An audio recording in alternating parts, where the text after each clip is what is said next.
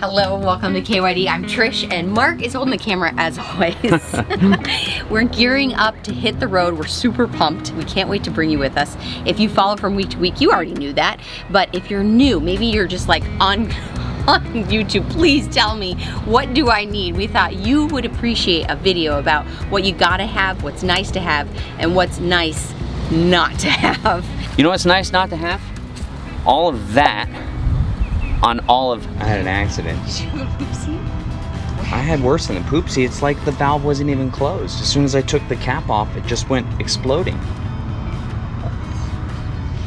We're gonna have to take those shoes off. I'm gonna have to take my skin off. You know what else is nice not to have?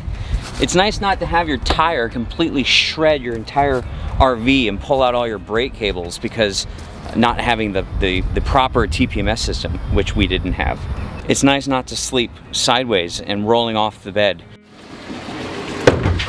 It's nice not to lose your plastic chocks because they don't work. So that's the stuff that we're gonna cover in this video. We're gonna talk about the sewer, electrical, water, leveling, some tire safety, all the important essential stuff. And a lot of people write in and they say, I saw you guys using this particular product and I was thinking about getting it, but now I see you're not using it. Does that mean you don't like it? Not necessarily. And so we thought we would start off, we thought we would share with you some of the gear that we started out with that we like and it works, but we have improved over time because you do not need everything to get started. You really don't. In fact, we would encourage you not to have everything when you get going so that by the time you need it, you know exactly what you want and exactly why you're getting it. So with all that being said, before we dive in, I'm going to share with you a few of the mistakes we've made over the years, and then we've got some tips for you. You're gonna have the tractor pull you out, and then you're going to try and get into the hitch this way. Yeah. And get some traction. On new ground. New ground. But in order to get that angle, I have to pull off the tailgate. Because I won't be able to pull off the tailgate? It only takes a second. Woo!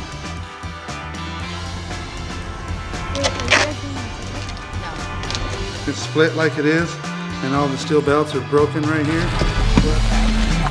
Oh my gosh, you got a lot of, wow, you really... Remember that one time that Mark damaged his bumper on that Airstream? Maybe we should just slow down. Well, there it is. There it is. There it is. That's crazy. What was that? Oh, darn it. Oh. What happened? That you ran over the sewer. Yeah, that was the sewer. Well, so much for that. Should we pull forward? Mark! Oh! Well, don't you need it to take some pressure off it by putting your stand down? Yeah. Get out! Okay, I'm on the ground now. I'm sorry to have to wake you guys up so early, but it is an immediate evacuation this morning. Oh my gosh.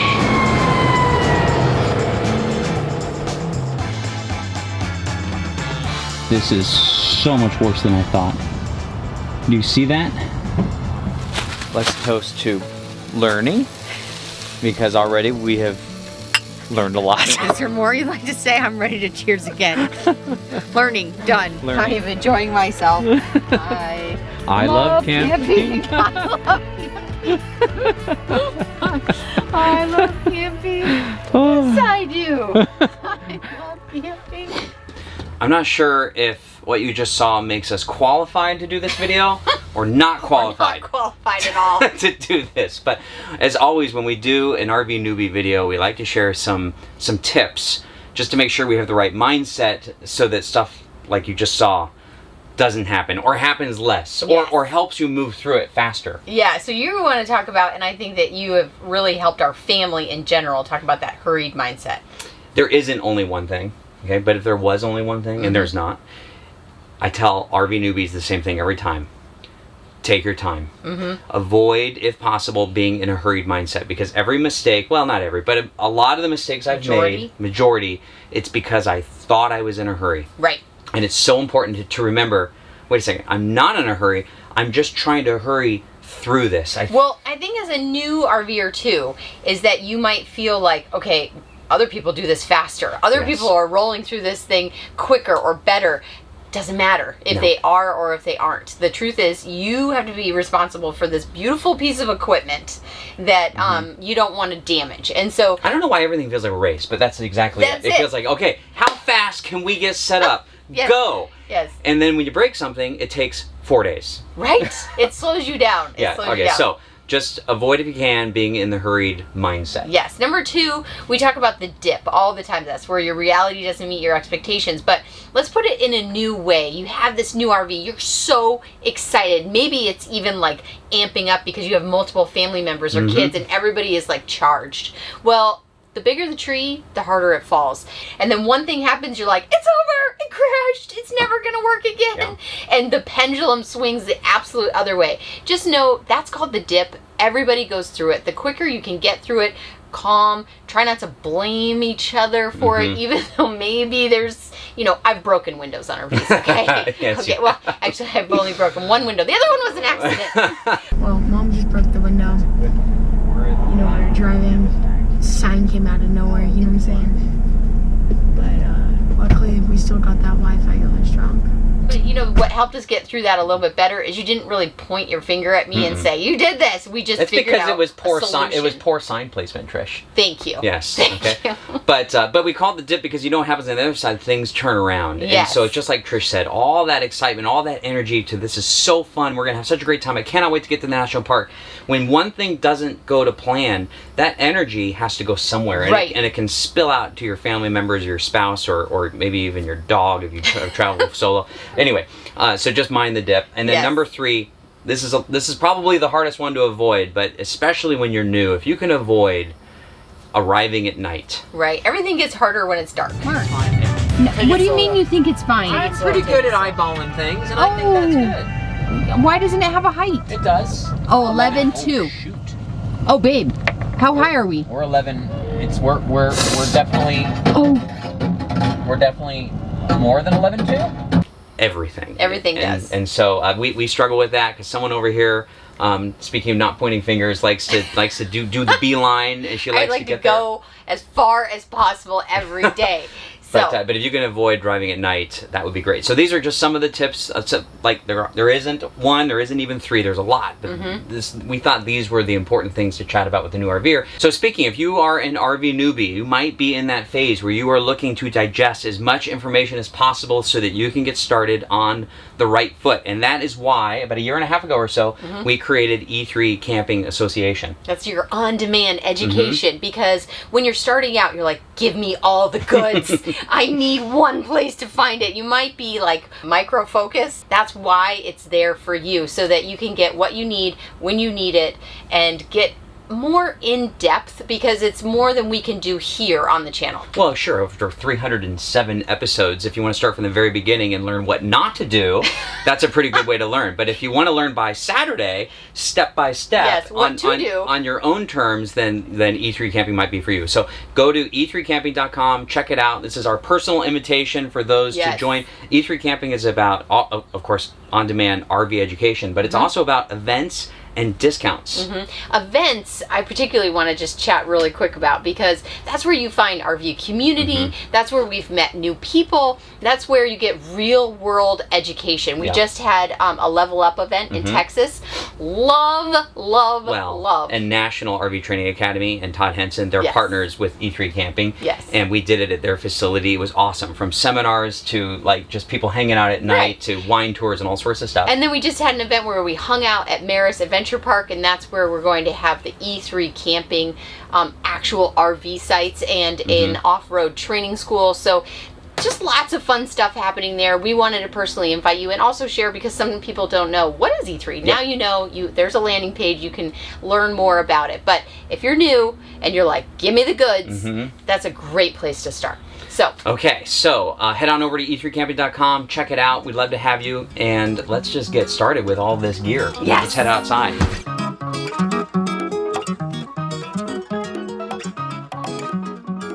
I feel like Steve Martin from The Jerk. This is all I need. But you know what? In reality, this is all I need. It's all you might need too. If you have a towable RV, you definitely need something to chalk your tires, something good, and we'll talk about that. And then this is kind of a nice to have, but something to level off. But these leveling blocks, I mean, they work as leveling, but they also work for your stabilizing feet, so great dual purpose. They even work to level your picnic table, which is come in pretty handy. Speaking of chocks, this says X Chock, and I love these things if you have a towable double axle trailer, but it really, in my opinion, should be called X Stabilizer, because that's what these are. These are stabilizing chocks. They're not designed to be chocks, and we'll talk more about that. And then of course, you need a sewer hose and a freshwater hose. That's really all you need, and you're good to go. Everything else we're gonna be talking about in this video really kind of falls into the nice to have, but there's some stuff that is, a couple things that is really nice to have, maybe even recommended to have, like a surge guard and TPMS. But when it comes to just getting going and getting out, this is it. So let's dive into everyone's favorite topic first, which is the black tank. Wait, let's not dive in. Ew. That was bad. Look at the sewer. When you're new, this is the scariest area of the RV. And I get a lot of emails about, am I really gonna do this and how does it work? And I will tell you, it's not gonna take very long before you are a pro at maneuvering this. And if you have the right gear and you know what you're doing, I don't wanna say you'll never make a poopsie, because that happens to everybody and it's happened to me, but it will not be a problem. And I wanna talk to you a little bit about the sewer hose I use, some of the changes that I've made over the years, and then of course the black tank treatment, preferred black tank treatment. But let's talk first about how to avoid the poopsie, because that might be the thing that's on your mind the most. These Airstream valves are one of the few valves of RV manufacturers that actually work. We've had 6 RVs. These are the only ones that have worked. And when I say that, I mean that when they're closed, they're closed. When I take this cap off right here, nothing comes out.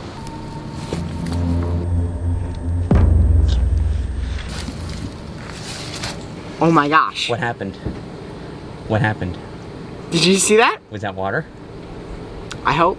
Was that... I think I might remember that for the rest of my life. I think you might. On other RVs we've had, when I take that cap off, I don't really know what's gonna happen. And there was an incident once, which I don't talk about anymore. And so one of the, what's the term for not nice to have, but really, you really should consider, is the Valterra twist-on cap. It twists on, and it's that last layer of protection. And let me tell you, it will save you from a traumatic event in your life. And you want to avoid this. They're very inexpensive, and when you put it on here, then it's just that last little piece. So I do recommend. Now, if you have a Class A that has really good valves or an Airstream, may or may not be necessary. I don't have one on the Airstream because I trust this valve. Everyone else, strongly consider.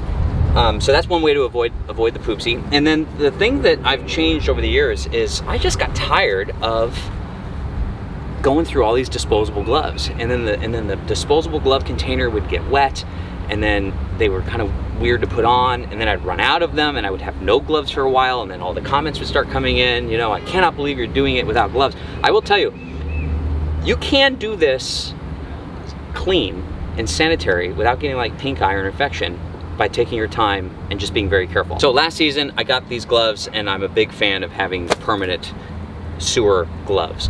And then in terms of the black tank treatment, you know, the black tank treatment that you drop in, those things you drop in, they come like 12, 16, or 20 little pods, and you throw them in. Those actually are designed to break down the material, and it turns it into kind of like a sludge.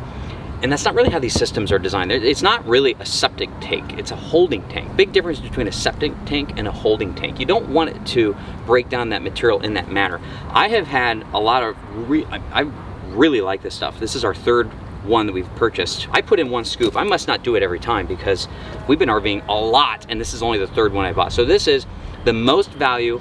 There's no odor. You sprinkle it into the water and it dissolves. If you just throw it in there, it clumps up and falls at the bottom, but you sprinkle it in on the water, and it's fantastic. So I think for the value, this is the way to go. And then let's chat real quick about sewer hoses. So this is I've been using the sewer hose the most over the past, I guess, 7 years. And this is not the premium one. This is actually the cheapest of the one, but I like it because it's easy to store. The premium one, I find, it bends easier, and I guess it's probably a better material, but I find that it doesn't collapse the same way, and overall I find it to be harder to use and it's more money. But over the years, people have been saying, you know, Mark, you could have really avoided that whole situation if you got the Waste Master. And that's really loud. Hold on. This is not sponsored. I bought this on Amazon to give it a shot. It was when I opened up, when I saw the box, it said the last RV hose you'll ever buy. And then I realized that I actually have to retrofit the RV to put it on. So I realized it really will be the last RV hose I ever buy because I'm retrofitting the RV. So my initial thoughts on this is that this might be really good for a Class A that has a big wet bay, or maybe a fifth wheel that has a lot of space. But for me, where I keep my hose in the sewer containers underneath the RV or in the back of the truck, I'm 50-50 on this, but we like testing stuff and we like sharing how things go. So I might give this a shot. More to come on that, but I just wanted to show you some different options you might have for the sewer hose, sewer treatment, gloves, and the almighty Valterra twist-on cap. So a pro tip is, if you're only gonna stay somewhere for 1 or 2 nights, bring your sewer hose, connect your sewer hose on your way out, not on your way in. That way you'll only have to touch it once. So if we're gonna be somewhere for 1 night, I'll hook up electric and water, not the sewer hose. And then when we leave, I'll get the sewer hose, I'll connect it, I'll dump, I'll put the sewer hose back. That way my gloves are only on once. I'm not messing with it more than once. And then also I always connect up the sewer hose very last so that when I'm done, even though I'm wearing gloves, I come in, I wash my hands, and I'm done. Is there water in there? Yep. How much? I'd say it's filled up to about here. Oh, okay, cool. Yep. Let's see. Here, you want to hand it to me? Yeah. Fill her up. Okay, fresh water. Let's talk about the hoses, and then I want to talk a little bit about water filtration and just the essential stuff you need. Obviously, when you get going, you're going to need a hose for your fresh water, and you're going to need an alternate hose to flush out your black tank, which would be your gray water hose. I'm a big fan of the 0G hoses. I know last year there was some hosegate, there was some debacle about are these hoses more susceptible to mold? And as a result, I cut my hose open, didn't find any mold. I had a lot of people in the KYD community cut their hose and have the sacrificial 0G hose for the benefit of the community as a whole, and they cut it open and they didn't find any mold. I've come to the conclusion that maybe if you live in a humid environment and your hose is wet and you tied the ends together like this, which traps in the moisture, and then you stored your hose for a bit, that maybe mold will be created. So although maybe sometimes I'll tie my ends like this to just throw them in the RV between one RV site to the next, when I store them, I try to store them in a dry environment, completely open. I personally haven't had any experience with mold. I love these hoses. Those that follow KYD week to week know that I'm a big fan because they don't kink. But there is one drawback that I know of, and that is on the shoulder season of RVing. So like March, April, and then September, October, depending on where you live, these hoses are more susceptible to freezing outside. So if you are traveling in those climates, it's probably a good idea to have an alternate hose for the shoulder season. And then let's talk real quick about water filter, but I don't want to go a lot into this because we're going to do a video here soon covering all things water filtration. And I don't know if you saw in the last video that we installed the Akuva UV water filter. We did that because we wanted to have something integrated into the RV that I didn't have to set up. But we've had it all. We've had it all from, we started out with the blue Camco water filter, which is I think 100 microns. Just to put it in perspective, a human hair is 70 microns. And then we moved up to the green Camco water filter, which is just the inline filter. And then we moved to the 10 micron single barrel, also made by Camco, and we used that for a long time. And then we used the Clear Source 2 and 3 chamber system, which goes all the way down to like below 0.5 micron, which is crazy. But all of these things require an additional setup. Oh, and then the Berkey. We used the Berkey this last season in the Airstream and the Bird. The Berkey was great for a motorized RV because we could leave it on the countertop, but in the Airstream, we have to kind of either put it in the sink or we have to store it underneath the dinette because in a travel trailer, everything back there is bouncing around. So that's why we ultimately moved to the UV filter. So we're gonna share more information about that. Just know that start with what you can, and then as you get more experience and you're not overwhelmed with all the things that you need, then you can start making improvements based upon your priorities, because some people prioritize water and different, everyone has a different set of needs, and so you can get going with that. But that's the basics of the freshwater stuff.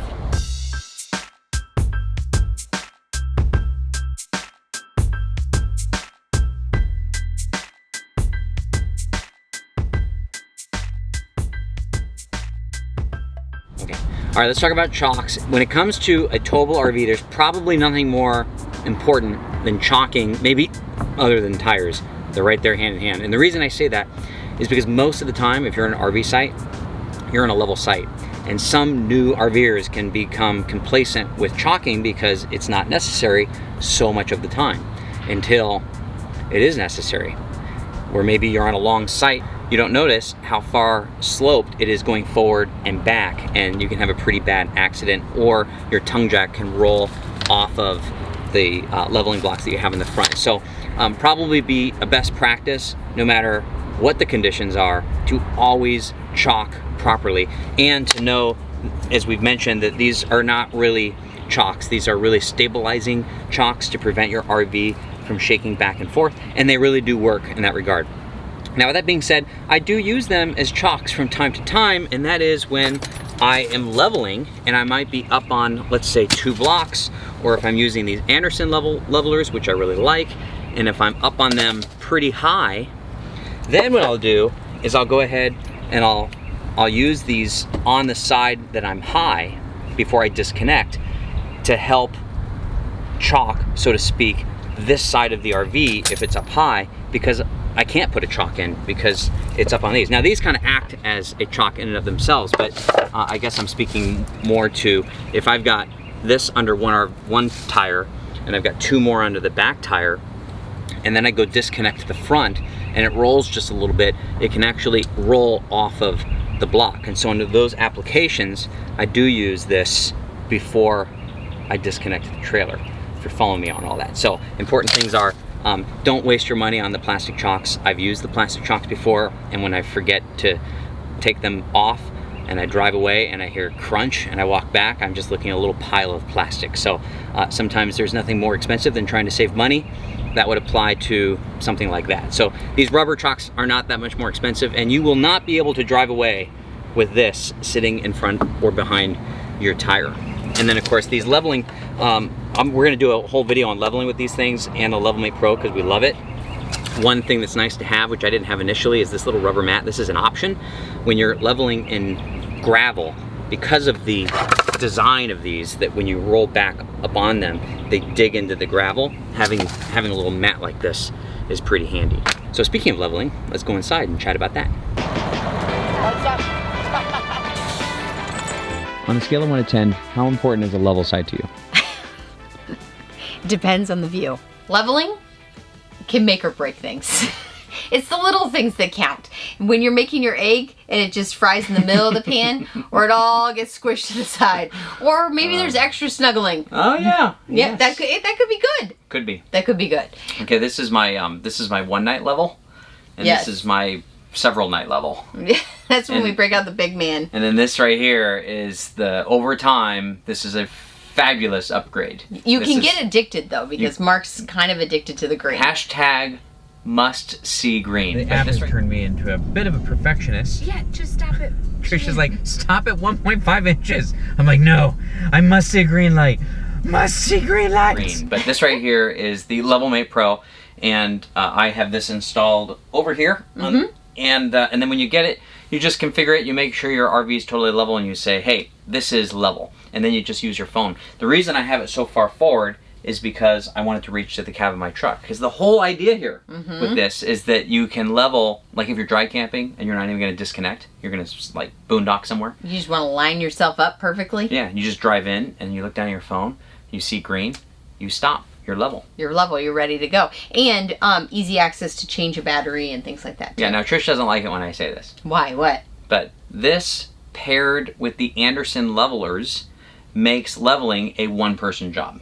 Oh, why don't I like that? Because sometimes you're like, hey, because Tricia helps so much with Because the leveling. I'm out there, so I'm not sure when this one person job is happening. That's right. Yeah. But if you're a solo traveler and you're towable, Oh, that's true. then and you have the Anderson levelers paired with this, then you just put the Anderson levelers down. You look down your phone. You back up. Must Bada see boom, green. bada bing. It's a wonderful thing. I think we're done here. Okay. All right, let's talk about a surge protector and the importance of having one and what exactly they do.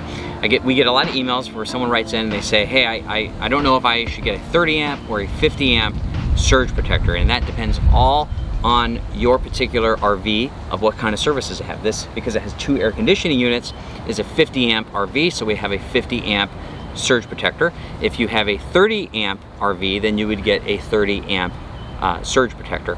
And then the importance is sometimes you'll be a 50 amp RV, but you'll go to an RV park and the only site they're gonna have left is a 30 amp site. That's not a problem. I just plug my 30 amp adapter in here and I plug it into the 50 amp connection, and then I just make sure that I only run AC, or I don't exceed 30 amps when I'm on that panel. Speaking of adapters, and then we're going to get into surge protectors, not essential when you get started to have all the various adapters, but I will say, the more you RV, the more likely you are to come across a situation where you're going to need every possible combination. Maybe, this has happened, we pull into Vermont, the only site left was a 30 amp site, but the only place we could get the Airstream was, I think, 100 feet from the panel, right? So I needed to go, in that case, 30 to the 50, and then I needed to use my 30 amp extension. So maybe I just used that. I just did 30 amp and I went all the way across. But anyway, you get the point. Sometimes you end up with these really weird configurations because when you're out traveling, you come across a lot of unknowns. So not a bad idea to get all the possible combinations, but it's not essential to start. But let's talk about the surge protection and what it does. I wish I could show you mine. It's the 50 amp surge guard. The reason I can't show you is because it's integrated into the panel of the Airstream. I got tired of having one more thing to like plug into the panel. But the importance of these electrical devices is a couple things. One is the panel behind me right here, A-OK. Sometimes you can pull up to an RV park and plug into a panel that has an issue, and if it does, it could fry your circuit boards in your RV and it can really mess it up. Or there could be a storm, a lightning strike, something that would send electrical current through your RV and break your boards. And when I say break your boards, I mean all your electric devices, from your air conditioning units, a furnace, a hot water heater, refrigerator, all that stuff has a circuit board in there, among other things. But at very least, it has the circuit board that if that gets fried, you're replacing all the circuit boards in your RV. So it's a really good idea to have some sort of electric protection.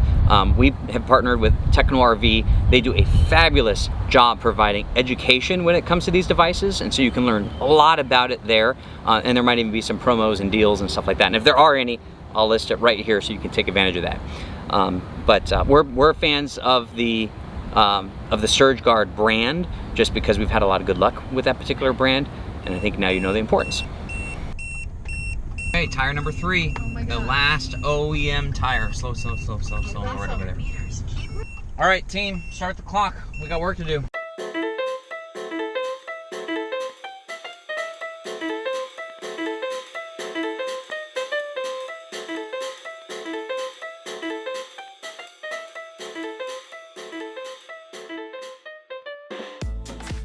Okay, now let's talk about tire safety. And I'm not gonna get into the weeds in this video about tire safety because it is a video all on its own, but you can expect one coming here on the channel pretty soon. And if you're new here, click the subscribe button because there's so much to learn as we actually travel, where we don't do like a specific how-to video, but we come across a situation and then we learn, and as a result, everybody in the KYD community learns. But I just wanted to talk about, when it comes to tire safety, the importance of understanding PSI and making sure that you're properly inflated. And you know, we can get into the details about how to properly inflate a tire based upon the load and the weight of the tire, but if you don't know all that information, the very best thing to do is just be max cold. And that is that in the morning, before you've towed your RV, that you are at the maximum inflation. Now a lot of people get that confused. They think max cold is the PSI that the tire is not to exceed, and that's not what max cold is. Max cold, because as you use your tire, it generally heats up, and as it heats up, the PSI increases. So if, let's say you have a standard ST trailer tire, like a D-rated tire that's 65 PSI, as you're towing, it'll go 65, it can go up to 70, 75, it can go higher. And so some people mistakenly lower the PSI to kind of make room or a buffer for it to go up to the max cold. Well, what happens when you have a low PSI on your tire is that it starts to sag on the sides. And when it sags on the sides, heat is generated on the sidewall, and when you have heat, you get a tire failure. So if you don't know the load on the tire because you haven't gone to a cat scale, the best and most safest thing to do is inflate to max cold. And in order to do that, you gotta have some sort of PSI gauge. This is a cheap digital one that you can plug in. This is really all you need. The problem is you gotta remember to do that every morning. You gotta remember to go check all the PSI of your tires. And if you're like me, you don't wanna do that, and then you move to a TPMS system. This is the Tire Minder i10. I really like this. For those that follow week to week know that I'm also a big fan of the TST TPMS system. But one thing I would encourage you not to do, this goes back to what I said before, sometimes the most expensive thing is trying to save money. We bought a $100 TPMS system during season 1. Just didn't have the strength to get all the way back on a towable RV, all the way back to the travel trailer to tell us that there was an issue. So we really like this i10. Again, you get this at Techno RV. You can also get this on our Amazon store. I just like the form factor of this, where I can see all the tires, even in the truck and the RV. When we used this for the Bird, we had all 6 tires of the Class A on here, and we had the 4 tires of our tow vehicle all on one screen. And then if you just hit this button on the top, it moves to all the temperatures. And a lot of people ask, what is the proper temperature of a tire? Well, you don't have to worry so much about that. If you've got 4 tires and 3 of them are 95 or thereabouts, and 1 is 105, you know you've got a problem. So probably a good idea to pull over. These also detect leaks. As you're going down the road, it will detect a slow leak. So essentially, bottom line, a TPMS system can avoid a tire failure. And the problem with a tire failure on most towable RVs is that when it blows, it can pull down all that, you know, wood above your tires, and all the wire and electrical and propane, all that stuff can come spilling out. So tire safety is essential. As I said, it's probably one of the most essential things for a towable RV, and a lot of that comes down to making sure you have proper tire maintenance and you understand correct PSI. And there's even more that we're going to talk about this, so stay tuned for more tire info. Okay, so with so much talk about things and equipment and blah la la la la, you could get quickly overwhelmed.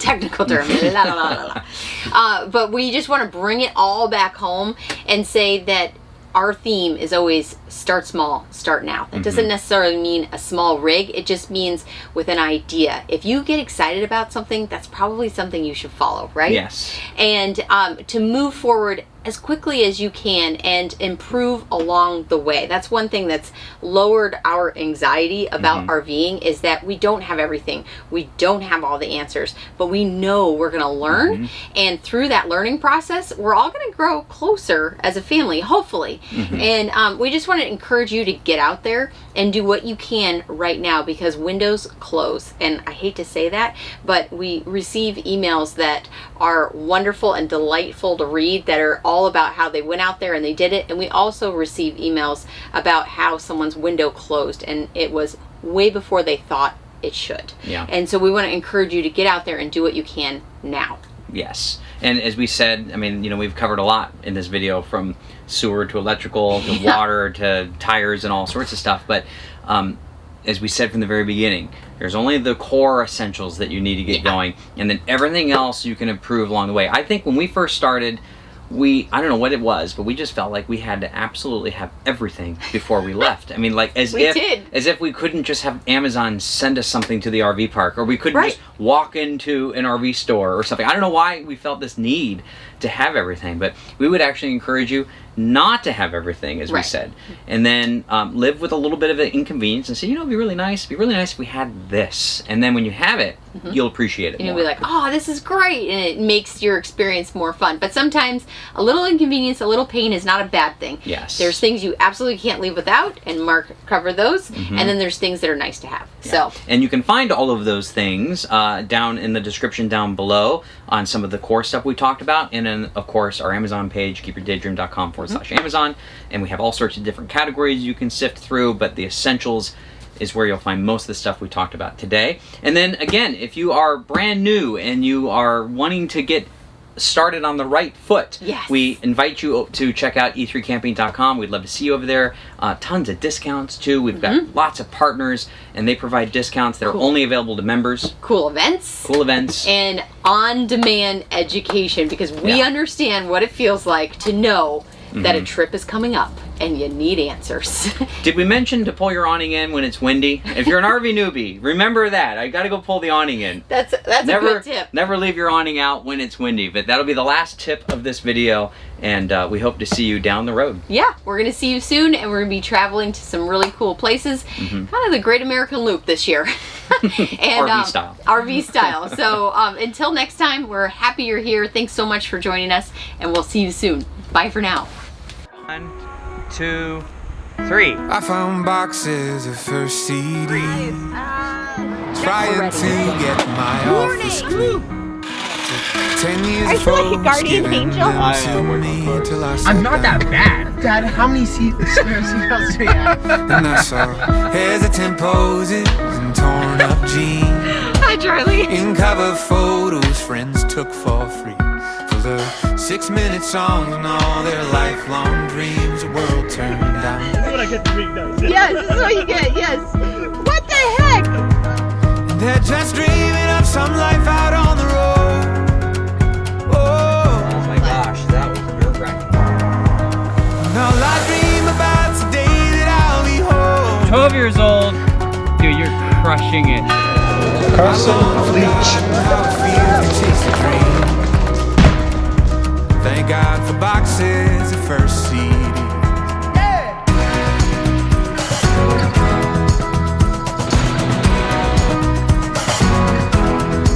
On through this Rolodex of railroad tracks and fresh cut hair, I see joy. Those are not from. No, those are grizzlies. Those are grizzly bears, my friends. Looks different now than she does right there, but that's how it goes. Yes. Trish, is it Lobo? As for the rest, I bet their teachers are pastors now, pictured in jackets girlfriends picked out. All their hometowns turn these up, all the labels turn them down. Yeah. They never wrote. Mark, Trish, Tori, Carson, Caleb. It was amazing. 10. They're just dreaming of some life out on the road. Oh. All I dream about's the day that I'll be Caleb's home. dancing. People are screaming out their window. It was really good. I guess I forgot the way it feels to chase a dream. Thank God for boxes of first CDs. Yeah.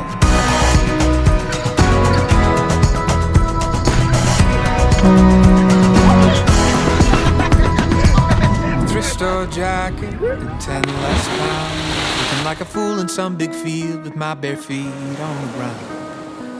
Bad song titles and worse drum sounds. He's waiting for the bed to be made for him. He thinks we make the bed for him.